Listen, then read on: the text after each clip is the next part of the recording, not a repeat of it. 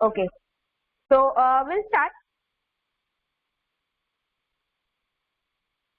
Okay, so आज का session पूरा it is on cloud computing. Cloud computing क्या होता है, AWS क्या होता है, AWS के कौन से सर्टिफिकेशंस है, ये सारी चीजें हम देखने वाले हैं. Okay, so for the today's session, ठीक है, आज का जो सेशन है, ओके, हम क्या क्या देखने वाले हैं टुडेज सेशन में, what are the topics that are to be discussed. Okay, so the first thing is we are going to see what is a network. ठीक है, हम देखेंगे कि नेटवर्क क्या होता है.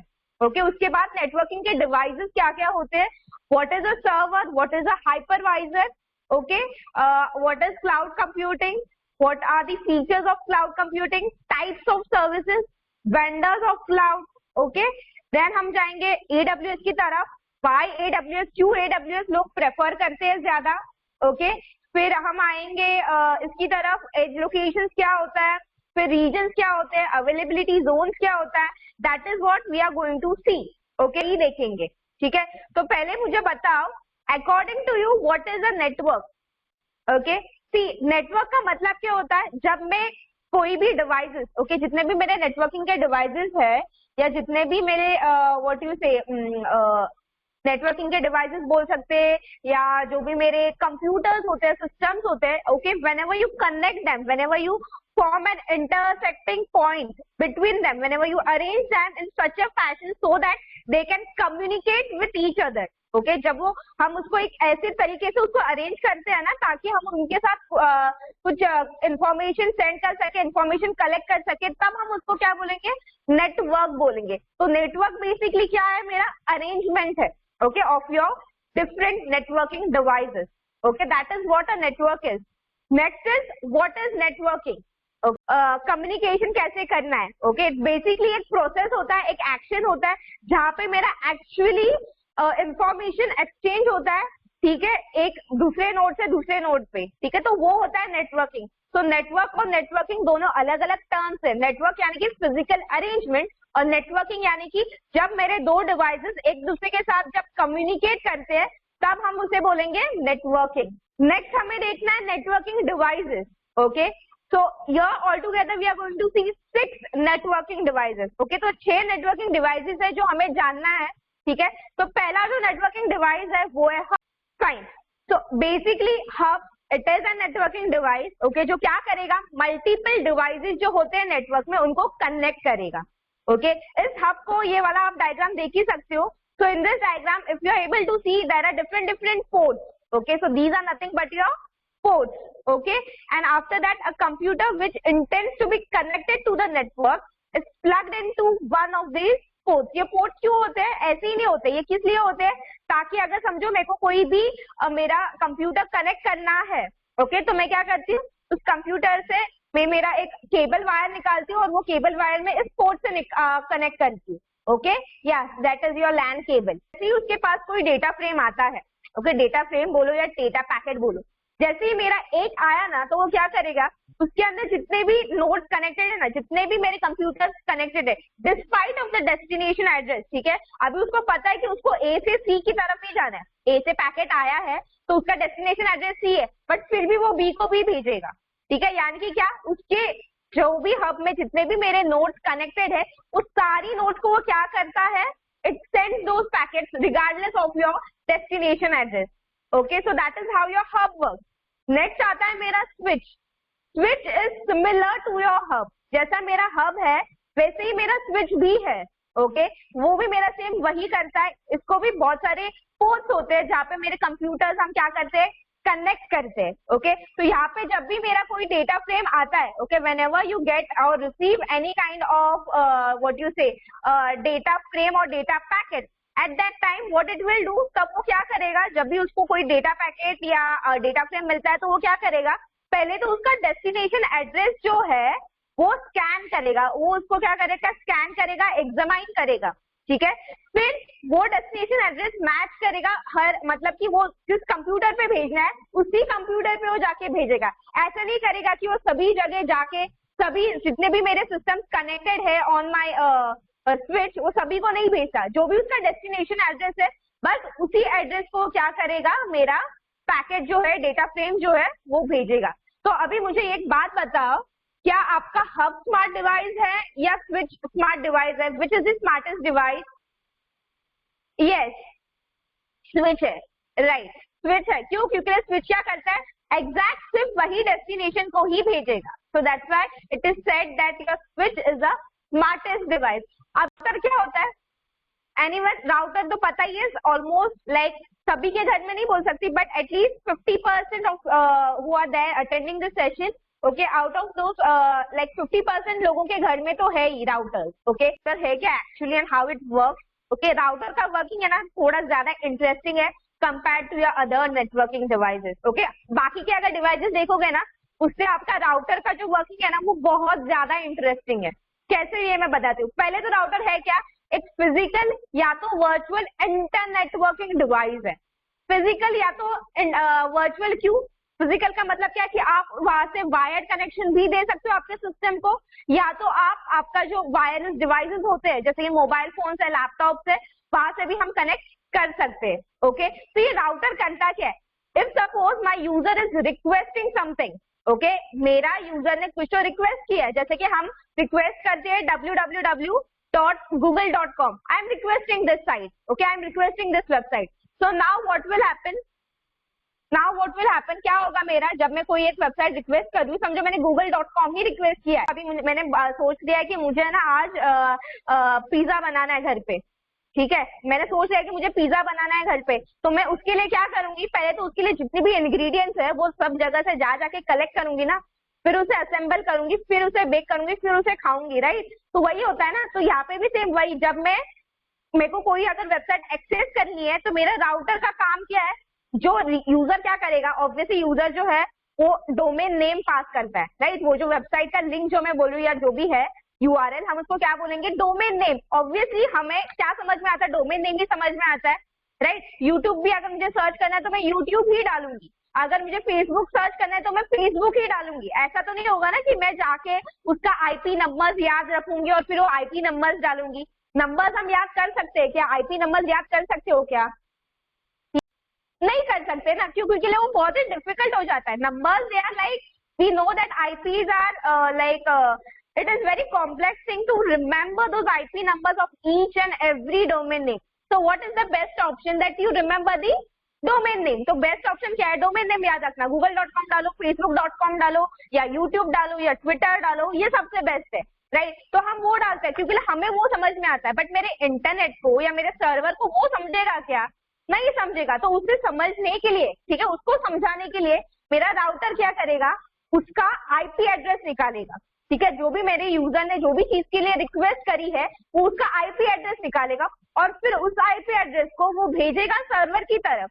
फिर जो मेरा सर्वर है वो क्या करेगा, फिर अभी मेरे सर्वर का काम क्या है, आईपी एड्रेस मिल गया, ढूंढो मेरे कहाँ पे मैंने रखा है उसको, फिर वहां से वो रिक्वेस्ट को प्रोसेस करेगा and then it will throw back to your client, यानी कि जो मेरा यूजर है उसको वापस भेजेगा कि ये आपने वेबसाइट को रिक्वेस्ट किया था, ये उसका कंटेंट है। ओके, तो अभी एक बार ये हुआ, समझो दूसरे दिन भी मुझे वही सेम चीज को एक्सेस करना है, तो मेरा राउटर क्या करेगा, उसका जो भी मेरा मेमोरी होता है, कैश मेमोरी होता है, वो उसको वहां पे रखेगा। राउटर के अंदर स्पेसिफिकली राउट टेबल्स होते हैं, और ये जो राउट टेबल्स है ना, ये डेस्टिनेशन आईपी जो होते हैं ना वो अपने अंदर रखते हैं, ठीक है, बट वो उनका जो साइज होता है वो लिमिटेड होता है, ठीक है। फॉर एग्जाम्पल समझो वो सिर्फ रख सकते हैं 5 ही आईपी एड्रेस, ठीक है, तो जब वो 5 ही आईपी एड्रेस रखेंगे तो समझो अगर मैं सेम वेबसाइट बार बार एक्सेस कर रही हूँ तो वहां पे मुझे बफरिंग नहीं मिलता। बट अगर मैंने समझो मैं अभी हूँ, मैं मेरे गांव में हूँ, ठीक है, मैं मेरे नेटिव प्लेस पे हूँ, ठीक है, तो अभी मुझे नेटिव प्लेस में प्रॉब्लम क्या होती है, दिक्कतें क्या होती है नेटिव प्लेस में, अगर समझो मुझे फेसबुक एक्सेस करना है, नेटिव प्लेस में हूँ, मैं गांव में हूँ, तो क्या हो पाएगा क्या? Do you think that it will be able, like you will be able to access your, what do you say, your Facebook? अगर इंटरनेट कनेक्शन भी है बट फिर भी कुछ ना कुछ तो प्रॉब्लम्स होंगे ही, राइट? कहीं पे आपका समझो कोई नेटवर्क रेंज नहीं आ रहा है, कुछ और ही दिक्कतें हो रही है, मतलब कुछ ना कुछ तो थोड़ी बहुत तो यहाँ का वहां का बफरिंग तो बहुत होगा, राइट? बफरिंग जो है वो तो आपका बहुत ज्यादा होगा। हाँ, तो इसीलिए हम क्या करते हैं ना, अगर इन केस, ओके,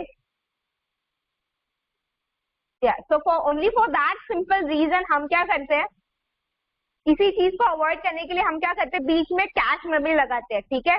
तो ये जो राउटर जो है ना वो सेम उसी की तरह वर्क करता है, okay, it works as your cache memory. क्यों? क्योंकि ये क्या करता है, डेस्टिनेशन आईपी जो होता है वो क्या करता है, अपने अंदर स्टोर करके रखता है, ताकि क्या हो, जब वो अपने अंदर वो डेस्टिनेशन एड्रेस को स्टोर करेगा तो मेरा क्या होगा, बफरिंग जो है वो अवॉइड होगा। बफरिंग से क्या होगा कि एक चीज को लोड होने के लिए वी डोंट हैव पेशेंस ना, एक चीज अगर लोड करनी है, मुझे समझो एक वेबसाइट को लोड करना है, तो हमारे पास पेशेंस नाम की चीज तो है ही नहीं, हमें तो जल्दी जल्दी चाहिए, राइट, वही होता है ना। इसीलिए हमारे पास क्या होता है, कैश मेमोरी होता है या राउटर्स होते हैं, ठीक है। मूविंग फर्दर, तरफ क्यों आया यार, ओके, आफ्टर राउटर हमें देखना है ब्रिज। अभी मुझे बताओ ब्रिज क्या होता है। You are seeing this diagram, ठीक है, यहाँ पे मेरा राउटर है, यहाँ पे मेरे स्विचेस है, और यहाँ पे मेरे कुछ नोड्स है जो कनेक्टेड है, ठीक है। तो लेट्स सपोज ये एक नेटवर्क है, this one is one network and this one is another network, okay.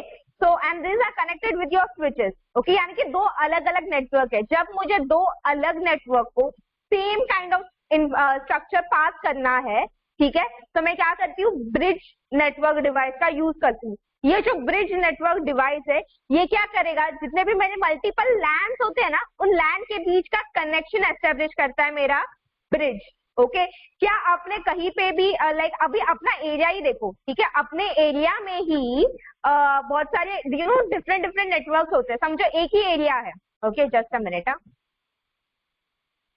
समझो एक ही एरिया है, ठीक है, ये एक एरिया के अंदर we are dividing this area into two part, this is part one and this is part two, okay. So in this two part, okay, these are different different two network. अभी इन दोनों को भी मुझे same ही तरीके का internet connection देना है, सेम ही तरीके का इंटरनेट स्पीड प्रोवाइड करना है, ठीक है, या सेम तरीके का ही मुझे बैंडविड्थ देना है, इन शॉर्ट मुझे सेम बैंडविड्थ ही देना है, ठीक है।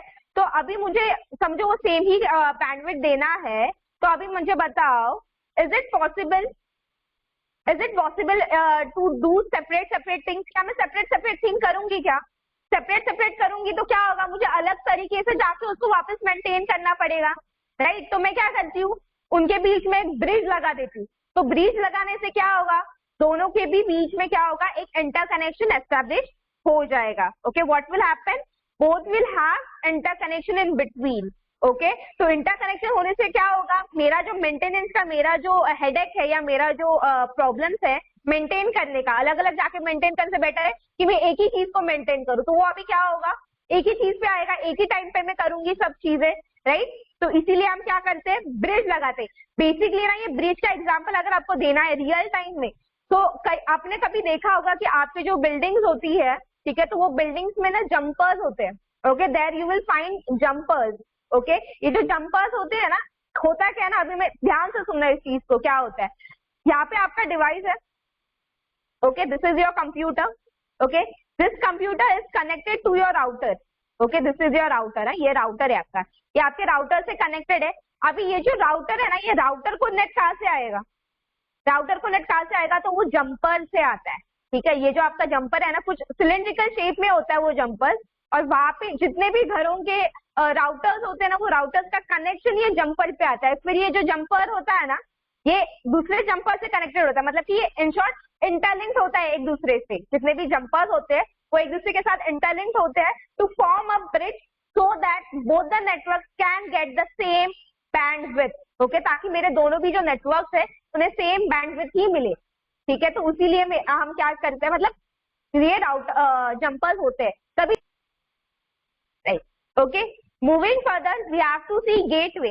So basically a gateway is nothing but a hardware device, but always it's a hardware networking device which acts as a gate between the two networks, okay. तो यहाँ पे क्या होता है ना, जब कोई मेरा client या user, when he requests some website or request some URL, okay, what happens over here, your request is been sent over the internet, okay, तो वो इंटरनेट पे जाता है, इंटरनेट से फिर वो करस्पॉन्डेंट सर्वर की तरफ जाता है। सर्वर क्या करेगा, उसका जो भी डेटा पैकेट्स होगा या जो भी उसका कंटेंट होगा, ऑब्वियसली जब भी मेरा इंटरनेट हम देखते हैं, जब भी कोई डेटा ट्रांसफर वगैरह होती है, ये सारी चीजें जब होती है तो वो in the form of packets ही होता है। Okay, so always your data transfers और travels in the format of your packets itself. Okay, तो यहाँ पे क्या होगा कि जब मेरा क्लाइंट कोई रिक्वेस्ट करता है,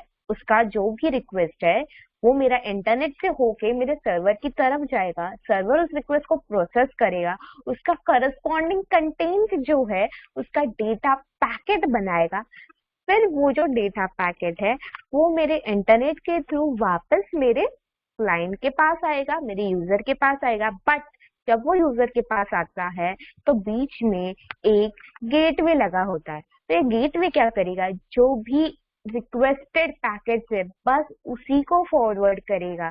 जो अनरिक्वेस्टेड है, मतलब कि जो अननेसेसरी पैकेट आई है, ठीक है, वो उसको क्या करेगा, फिल्टर आउट करेगा। क्यों? क्योंकि हमें पता है जब भी हम इंटरनेट देखते हैं, basically over the internet, whenever you are requesting something, whenever you are getting something, always there is a third person sitting in between to tap your information, to hack your information. Okay, so hence we have this gateway which will what it will do, which will remove the unnecessary packets. Okay, so that's why we have this gateway. Okay, ये जो gateway है, as it is written in the second point, क्या है, it is going to protect the nodes within the network. It is also a node itself. Okay, तो ये क्या करता है, जो भी हमारे नोड्स है नेटवर्क में, नोड्स का मतलब क्या होता है, जो भी मेरे कंप्यूटर सिस्टम्स कनेक्टेड है उस नेटवर्क में, ओके, वो उसे भी प्रोटेक्ट करता है। Okay, what it does, it protects that computers as well. Okay, so a router is the most common gateway. Why? Because it only forwards the requested packets and it filter out the other remaining packets, the unnecessary packets. Okay, so that is how your gateway works. तो इस तरीके से आपका gateway work करता है। Okay, जो क्या करेगा, सिंपल टर्म्स में बोला जाए, गेटवे क्या करेगा, हमारी जो अननेसेसरी पैकेट्स होती है उनको वो फिल्टर आउट करेगा। ओके, मूविंग फर्दर, गेटवे के बाद जो मुझे चीज देखनी है वो है मोडेम। ओके, मोडेम हमें we had studied in our digital electronics, यहाँ वहां हमने देखा है, सुना है मोडेम होता क्या है। ओके, बट वापस एक बार उसका ग्लिम्स लेते हैं। Modem is nothing but a device which will convert your signals from analog to digital and digital to analog. Okay, तो ये करने का काम किसका है, मोडेम का। बेसिकली कन्वर्जन करने का काम ही मेरे मोडेम का है। ठीक है, अभी देखो, जब क्योंकि लिए ऑब्वियसली मशीन है, मशीन को वायर्स कनेक्टेड होती है, वायर्स में जो करंट फ्लो होता है वो हमेशा एनालॉग करंट ही फ्लो होता है। बट मेरी मशीन का जब वो मशीन प्रोसेस होकर मुझे जो आउटपुट दिखाई देता है वो डिजिटल दिखाई देता है, राइट। तो ये क्या है, मुझे दिखाई देने वाला डिजिटल करंट है और मेरा जो मशीन चल रहा है वो एनालॉग करंट पे चल रहा है, राइट। तो इस चीज को ट्रांसफर करना, प्रॉपर्ली एस्टेब्लिश करना, ठीक है, उनका कन्वर्जन करना, तो वो किसका काम है, मोडेम का काम है। अगर आप यहाँ पे देख सकते हो, ओके सॉरी, अगर आप यहाँ पे देख सकते हो, okay, so this is nothing but your what you से RJ45 कनेक्टर। ये जो RJ45 कनेक्टर है ना, इसका बेसिकली काम क्या होता है, ये RJ45 कनेक्टर का, तो जो भी आपका जो भी हम लैन केबल कनेक्ट करते हैं, ठीक है, तो जो लैन केबल जो भी हम कनेक्ट करेंगे हमारे सिस्टम से या हमारे राउटर से, ओके, तो उसका जो भी प्रोसेसिंग है, मेरा यूजर कुछ रिक्वेस्ट करेगा, it will be in the digital format. Now that digital request needs to be converted into the analog, it need to be travel on that LAN cable. ठीक है, यानी कि क्या, मेरे यूजर ने कुछ रिक्वेस्ट किया, डिजिटली होगा वो, तो वो डिजिटली उसको कन्वर्ट करना पड़ेगा एनालॉग में। क्यों? क्योंकि मेरा जो लैन केबल है, करंट फ्लो होता है तो उसमें एनालॉग ही करंट फ्लो होगा, तो इसलिए हमें उसको कन्वर्ट करना है। फिर वो एनालॉग से होके, मतलब कि वायर से होके मेरे राउटर पे कनेक्टेड होता है। फिर राउटर के यहाँ पे भी, क्योंकि हमने ये RJ45 लगाया, ये मोडेम लगाया है, तो वो भी उसको क्या करेगा, कन्वर्ट करेगा, क्योंकि ऑब्वियसली उसको भी प्रोसेस होने के लिए डिजिटल ही लगता है, तो वापस वो एनालॉग को डिजिटल में कन्वर्ट करता है। ओके, सो यहाँ पे भी हमारे एग्जांपल्स दिए गए कि 4 लाइंस है, केबल्स है, सैटेलाइट कनेक्शंस है। Okay, so over there you will find the use of this modem. Okay, so moving further, after this modem we have to see what are servers. Okay, देखो server जो है ना वो basically एक बहुत बड़ा एक ह्यूज रूम होता है जहाँ पे हमारे सर्वर्स रखे होते हैं। Okay, servers nothing but your computer like structures, okay, where all your data is stored. और ये जो सर्वर्स के रूम जो होते हैं ना वो 24/7 एक्टिव रहते हैं। ओके, 24/7 एक्टिव भी रहता है, और यहाँ पे 24/7 हमारा एसी भी ऑन रहता है, मतलब कि ये बहुत चिल्ड रूम है। ठीक है, ये जो मेरा सर्वर रूम होता है वो चिल्ड रूम होता है। क्यों चिल्ड रूम होता है? क्योंकि ले मशीन है, हमें पता है कि मशीन क्या करती है हमेशा, जब वो कोई काम करती है, जब हम उसको ऑन करते हैं, ओके, जब वो कोई टास्क कर रही होती है, कोई भी मशीन हो, वॉशिंग मशीन हो, ओवन हो, ये हो वो हो, हमारा कंप्यूटर भी हो, ठीक है, तो वो क्या करता है, हीट जनरेट करता है। ठीक है, तो वो हीट जनरेट होने से क्या होगा, हो सकता है ना कि हमारा शॉर्ट सर्किट हो सकता है ना कि कहीं पे स्पार्क पकड़े, राइट। तो उस चीज को अवॉइड करने के लिए, उसको ही ठंडा रखने के लिए ही यहाँ पे 24/7 एसी ऑन रहते हैं सर्वर रूम पे। ठीक है, एसी, ये तो एक बात हुई। नेक्स्ट है यहाँ पे जो सर्वर रूम होते हैं, यहाँ पे किसी को भी जाने की परमिशन नहीं है। Okay, only the authorised person. Okay, वो जो ऑथराइज्ड पर्सन है उसे भी बहुत सारे सिक्योरिटी चेक से गुजरना पड़ता है। जैसे उसके बायोमेट्रिक चेक होता है, उसका पाम चेक होगा, उसका रेटिना चेक होगा, कभी कभी कोई कोई सर्वर्स की यहाँ पे वॉइस रिकॉग्निशन भी होता है। तो ये सारी चीजें होती है। ठीक है, only by passing that many things he can enter the room. Once he enters the room, over there also they request that you should not carry any of your device. Okay, अभी हम digital watch use करते हैं, तो digital watch डाल के भी हम नहीं जा सकते। कोई भी किसी भी तरीके का डिजिटल डिवाइस हम लेके अंदर नहीं जा सकते। Okay, and even they like they don't like allow you to wear your shoes। some मतलब कोई कोई सर्वर सेंटर जो ऐसे है, डेटा सेंटर ऐसे है जहाँ पे आपको वो अलाउ ही नहीं करते कि आप उस शूज भी पहन के अंदर जाओ। ठीक है, कोई कोई, या सभी करते हैं ऐसा मैं नहीं बोलूंगी, कोई कोई। ठीक है, so that is what a server is। Server is nothing but a huge room where your computer like servers are kept, and on that computer like servers you will be having your information stored।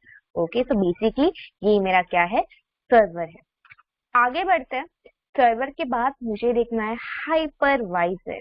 Okay, so hypervisor is also known as your virtual machine monitor और VMM।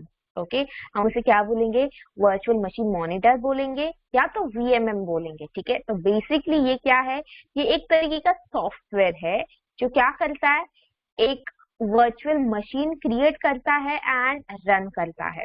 Okay, virtual machine create करके run करने का मतलब क्या है, if अगर आप, मुझे पता नहीं कि आपने सुना है कि नहीं, बट आई गेस मैं मान के चल रही हूँ कि आपने सुना है।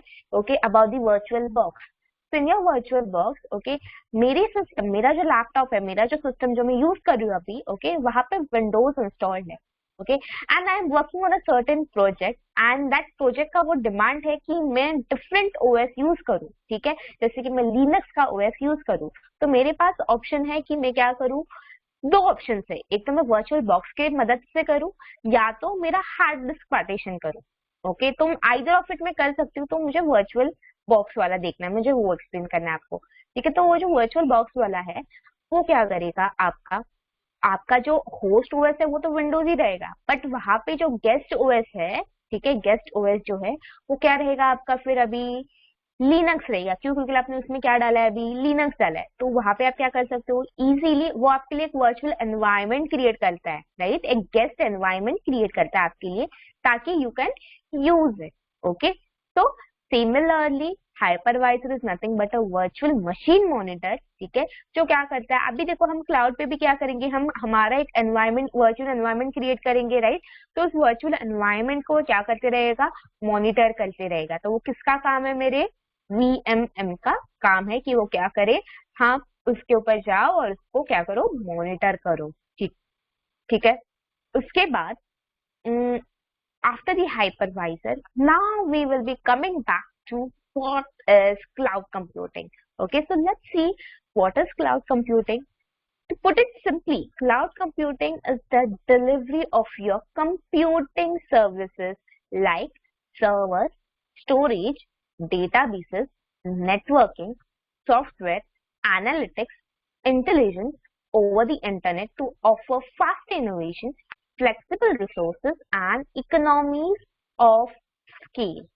So basically, क्लाउड कंप्यूटिंग को एकदम छोटे टर्म्स में बोला जाए तो एक ऐसा प्लेटफॉर्म जो आपको अलाउ करता है to use certain different services like your servers, like your storage, like your databases, like your networking, okay, कोई सॉफ्टवेयर यूज करना, कोई उनके एनालिटिक्स सर्विसेज यूज करना, उनको अगर आपको सपोज रोबोटिक्स से रिलेटेड कोई प्रोजेक्ट करना है तो you can use your cloud computing because it provides you with those many resources.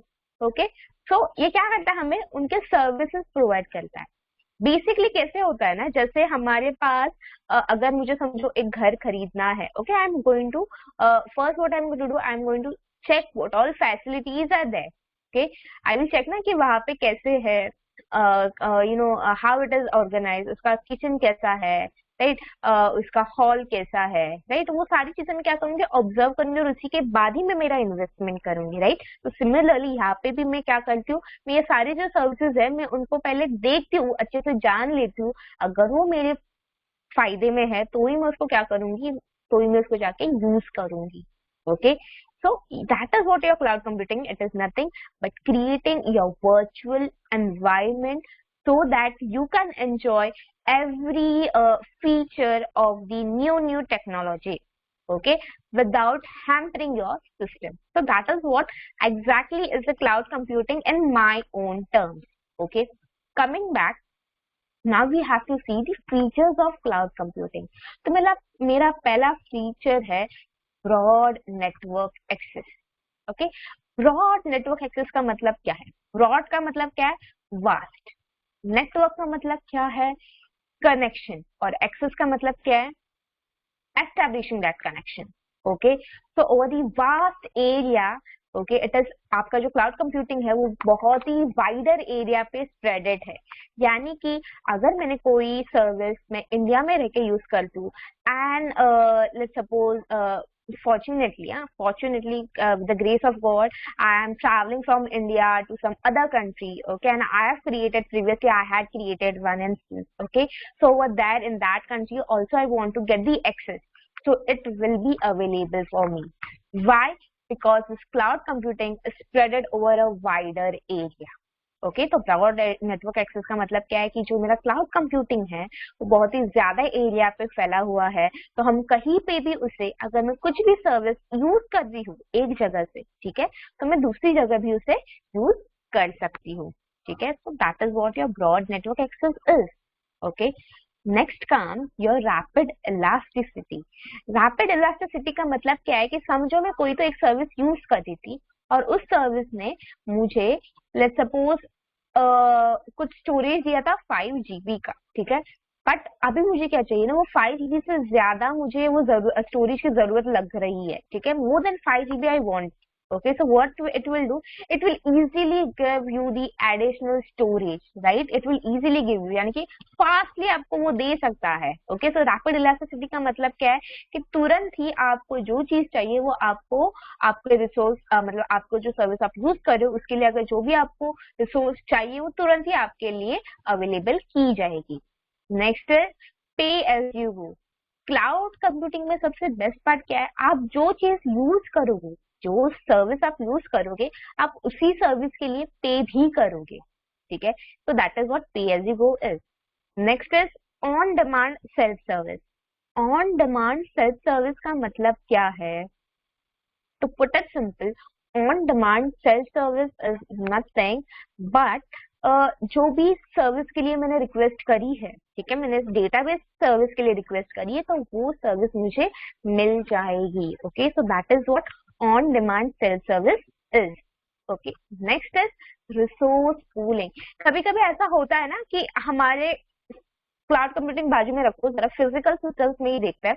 Physical systems में भी ऐसा होता है कि कभी कभी मेरा सिस्टम क्रैश होता है, राइट, तो हमें टेंशन आता है अगर हमने बैकअप नहीं लिया होता है तो, राइट, कि अभी मेरा डेटा कहाँ से मिलेगा, वो तो चला गया, अभी हम क्या करेंगे, टेंशन आता है, राइट. तो वही चीज होती है कि अगर मैं क्लाउड कंप्यूटिंग देखती हूँ अभी, ठीक है, तो क्लाउड कंप्यूटिंग में ऑब्वियसली सर्वर्स है, सर्वर्स कभी भी क्रैश हो सकता है, राइट।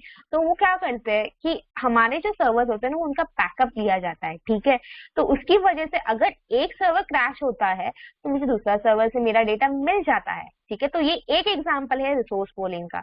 इसके अलावा रिसोर्स पूलिंग में और क्या होगा, आपके जो अलग अलग रिसोर्सेज है, आपको जो रिसोर्स चाहिए वो आपके लिए अवेलेबल किया जाता है। Okay, so these are the 5 features of your cloud computing. One more thing here that I have to mention is the prerequisites of your cloud computing.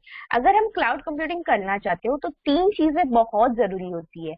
पहला, आपके पास कोई तो कंप्यूटिंग डिवाइस होना जरूरी होता है। वो कंप्यूटिंग डिवाइस चाहिए आपका लैपटॉप हो, आपका कंप्यूटर सिस्टम हो, आपका मोबाइल फोन हो, आपका टैबलेट हो, ओके, या नोट हो, जो भी है, okay. Any computing device it should be that. Computing device है। सेकेंड इंपॉर्टेंट चीज है उसमें ब्राउजर होना जरूरी है। इंटरनेट ब्राउजर कोई भी, Google Chrome, what is safari है, ओपेरा मिनी है, एनी एनी ब्राउजर होना जरूरी है। उसके बाद ब्राउजर है तो आपके पास तीसरी चीज उसमें इंटरनेट तो होगा ही, इंटरनेट भी जरूरी है। ओके, क्लाउड कंप्यूटिंग करना है, ये इंटरनेट सबसे इंपॉर्टेंट चीज है, ठीक है। चलो हमारे पास डिवाइस भी है, ब्राउजर भी है, बट इंटरनेट ही नहीं है तो क्या फायदा उसका। तो इंटरनेट सबसे की व्हाट यू से की मेंबर है या की थिंग है जो हमें चाहिए for accessing for enjoying my cloud computing. Okay, so these are the features and these are the prerequisites that I have explained you. Okay, next, moving further, we have to see types of services. The first is SaaS. Okay, so SaaS is nothing but a software as a service. Okay, what does it do?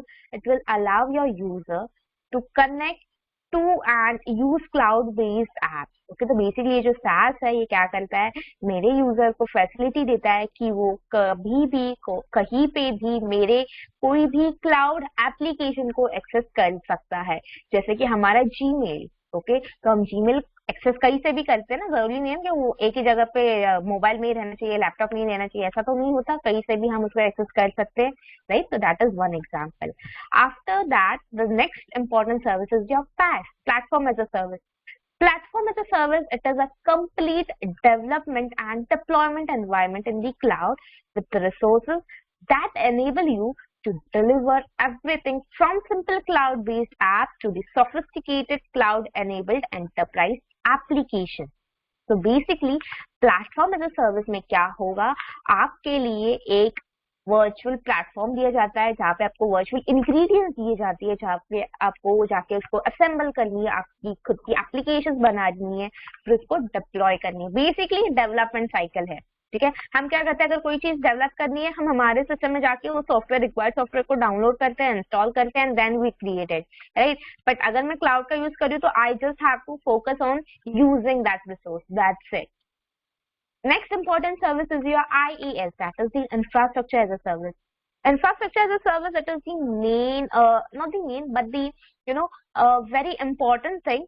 Okay, why? Because in this ना क्या होता है कि हमें infrastructure मिलता है, आपको किस तरीके का कंप्यूटर सिस्टम चाहिए। अगर हमें भी कोई सिस्टम हमें खरीदना है, कोई लैपटॉप अगर मुझे खरीदना है, मैं जाती हूँ गैलरी में, ठीक है, तो वहां पे मैं मेरे रिक्वायरमेंट्स बताती हूँ, तो मुझे ये है, मेरा ये है, मेरी ये सॉफ्टवेयर होंगे, तो मुझे वैसे वाला चाहिए। हम रिक्वायरमेंट देखते हैं हमारे और उसके अकॉर्डिंग हम परचेज करते हैं।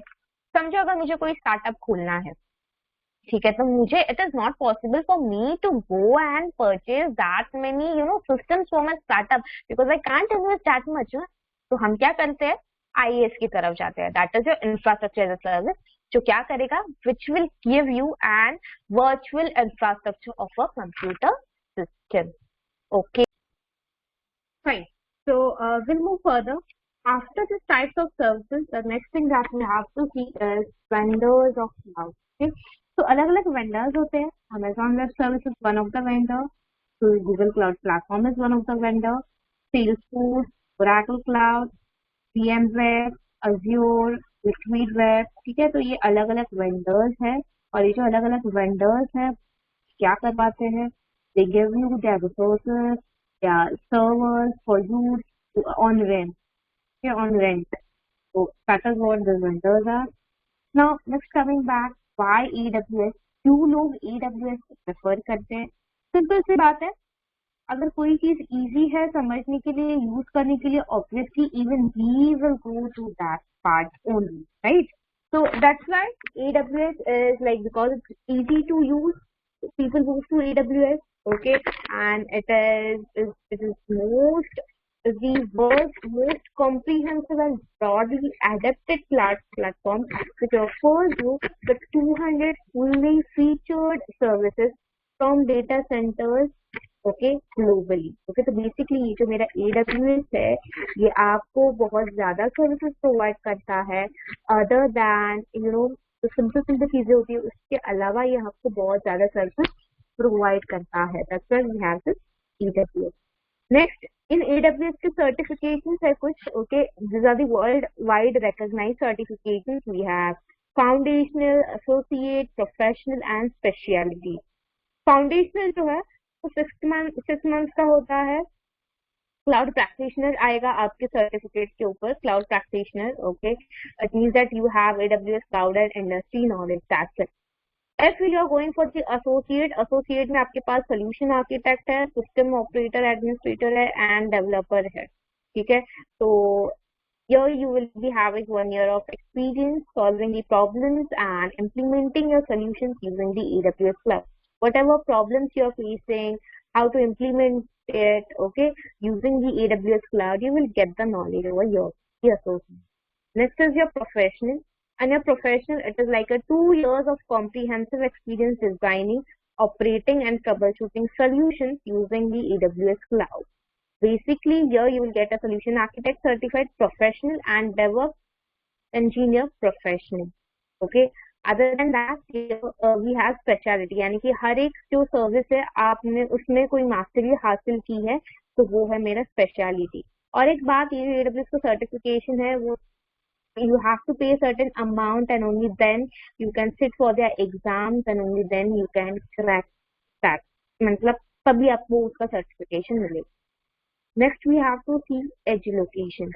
Okay, so what is the edge location? Edge location is where end users can access services located at AWS. यानी कि समझो कि जैसे कि ये मेरा एरिया है, ठीक है, this is my whole area. Okay, so in which area, इस एरिया के कौन से पार्ट पे, okay, in which part, okay, of the area, okay, the user is located, okay, only from there he can easily go and access the AWS का services, okay, मतलब कि जैसे हमारे पास टावर्स कैसे होते हैं, है ना, कुछ ऐसे ही होते हैं ना टावर्स हमारे लिए, राइट? तो जितने हम टावर के नजदीक होते हैं उतनी हमारी नेटवर्क की रेंज अच्छी होती है, ऐसा माना जाता है, राइट? जितने हम टावर के नजदीक उतनी हमारी रेंज अच्छी होती है, राइट? तो similarly, so that is why it is said that edge location is nothing but where if you are near to the data center, you can, जितने आप नजदीक हो, आपको buffering, without buffering you can get the access.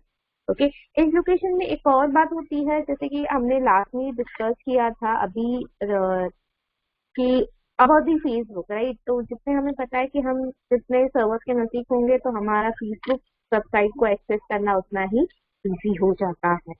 So that is your edge location. Moving further, we have availability zone. It is nothing but it consists of one or more discrete data centers. Okay, तो यहाँ पे discrete data centers होती है availability zones में। Basically ऐसा area जहाँ पे data centers available है वो है availability zone. Regions is nothing but a physical location in the world where we have multiple availability zones. So in short, region is something like this. Okay, then comes your availability zone, कुछ अलग colour लेते हैं, red, ठीक है? फिर ये हुए आपके अवेलेबिलिटी जोन, फिर उसके अंदर, और फिर आते हैं हम एज लोकेशन की पास। तो एज लोकेशन के लिए let's say, so this is your edge location. Okay, so basically what it is, ये जो है ग्रीन वाला, ये ग्रीन क्या है मेरा, it is region. So what it is nothing but your region. Okay, and what this red वाला part है, ये जो रेड वाला पार्ट है ये क्या है आपका, एजेड है, यानी कि अवेलेबिलिटी जोन है। और ये जो येलो वाला पार्ट है, इनके जो स्टार जो मैंने किया है वो क्या है आपका, edge location. What it is, edge location, मैंने ईएल लिखा है यहाँ पे। Okay, so getting this diagram, what it is like this green one is nothing but a region। region के अंदर अवेलेबिलिटी जोन्स होती है, और अवेलेबिलिटी जोन्स के अंदर हमारे पास क्या होती है, एज लोकेशन होती है। Okay, so here we have completed the क्या होता है, what and all not things सब complete कर लिया है। now we'll see how to create, okay, an AWS account। so just open your Google Chrome। okay, on your Google Chrome, go on the new tab। here you are going to search AWS Amazon.com console। okay, just click on the tab। I've already created it, so just a second, I'll just go to the incognito window। okay, over here I will be opening this AWS। okay, तो यहाँ पे हमें क्या करना है, create a free account की तरफ जाना है आपको। इस क्रिएट अ फ्री अकाउंट में आपको ईमेल आईडी एंड ये सब। Okay, I am going to put some email ID.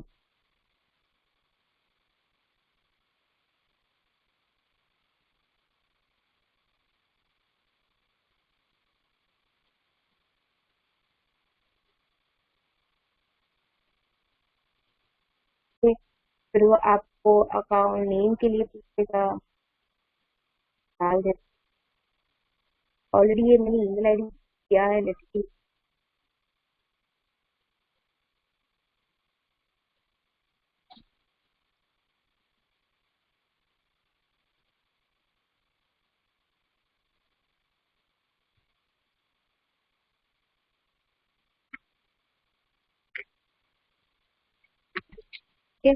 And just click on this continue. देखो ऑलटुगेदर देयर 5 स्टेप्स, तो वन बाय वन हम जाएंगे। फिर नो, ये अभी सिक्योरिटी चेक के लिए पूछेगा, कैप्चा डाल दो, P x, sorry 4XY W। तो द नेक्स्ट स्टेप, तो रॉन्ग हुआ कि क्या, कुछ अकाउंट ऑलरेडी एक्सेस हो गया है, ऑलरेडी क्रिएटेड वन।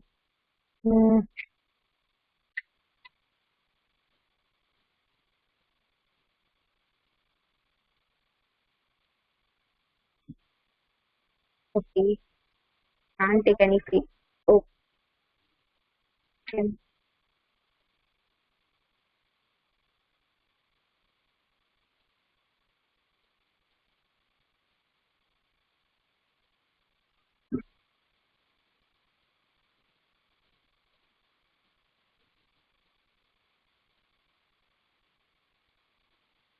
और कौन सा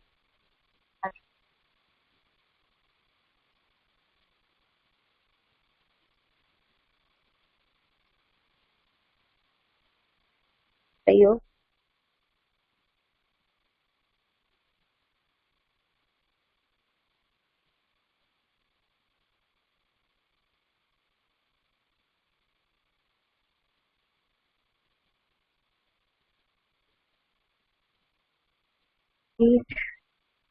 एंड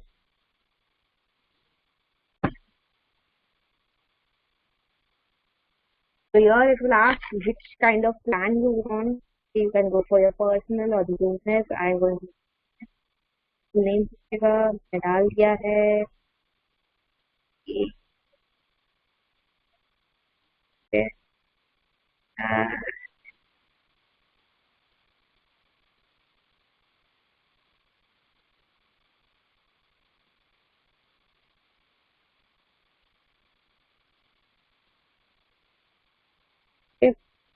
यहाँ पे कंट्री हम हमारा इंडिया सेलेक्ट कर लेते हैं। यहाँ जाओ, कंटिन्यू विद दिस स्टेप। यहाँ पे अभी आपको बिलिंग चार्जेस करने हैं। Okay, whatever card you are having, visa support करता है, यहाँ पे आपको दिखाई दे ही रहा है कि कौन सा कार्ड वो सपोर्ट करता है, वीजा, मास्टर, डिस्कवर एंड वही कार्ड का इंफॉर्मेशन भी डालना है। कि आपके यहाँ पे एक नोटिस वेरिफिकेशन नोटिस है, will not charge for users below AWS free trial limit। They temporarily hold INR2 as a pending transaction 5 days। Verify your identity। तो बेसिकली आपके 2 रुपीज कट होता है। अगर आपने कुछ नहीं किया है वो 2 रुपीज रिफंड भी होंगे, बट अगर आपने यूज किया है तो वो 2 रुपीज नहीं मिलेंगे वापस। ओके, उसके बाद 4th and 5th last for your PAN and the free account. That's it. And then after the 24 hours, the account will be activated. Okay, mostly it takes 24 hours. Already I have my account, so what I will do, I'll just log back in, log back in करती हूँ। यहाँ पे हमें क्या करना है, यहाँ पे ना आपका बाय डिफॉल्ट, मेरे केस में यहाँ पे नॉर्थ वर्जीनिया है, आपके केस में ओयो होगा। ठीक है, तो what you have to do, you have to just go and turn it to North Virginia. Why? Because North Virginia के अंदर फ्री चार्ज लिमिट ज्यादा है, that's why you have to turn it to North Virginia itself. Okay. After that, after doing that, here you can find services wala tab. Services wala tab mein, because it is said that it gives you 200 plus services, so here you can find those 200 plus services over here. Okay. तो हम EC2 particularly हम देखने वाले हैं। Okay, तो ये जो EC2 service है हम खोल ही देते हैं, कोटा क्या देख ही लेते हैं। Okay, so this EC2 is nothing but your Elastic Compute Cloud, and in this Elastic Compute Cloud, फिलहाल everything will be 0, 0. Okay, because here we have not created anything such as 0. Okay, once you create it, so you will find it out, okay, by the number changes. Okay, so Elastic Compute Cloud basically आपको एक virtual environment देता है, एक virtual platform देता है to use different servers of your OS. Okay, fine.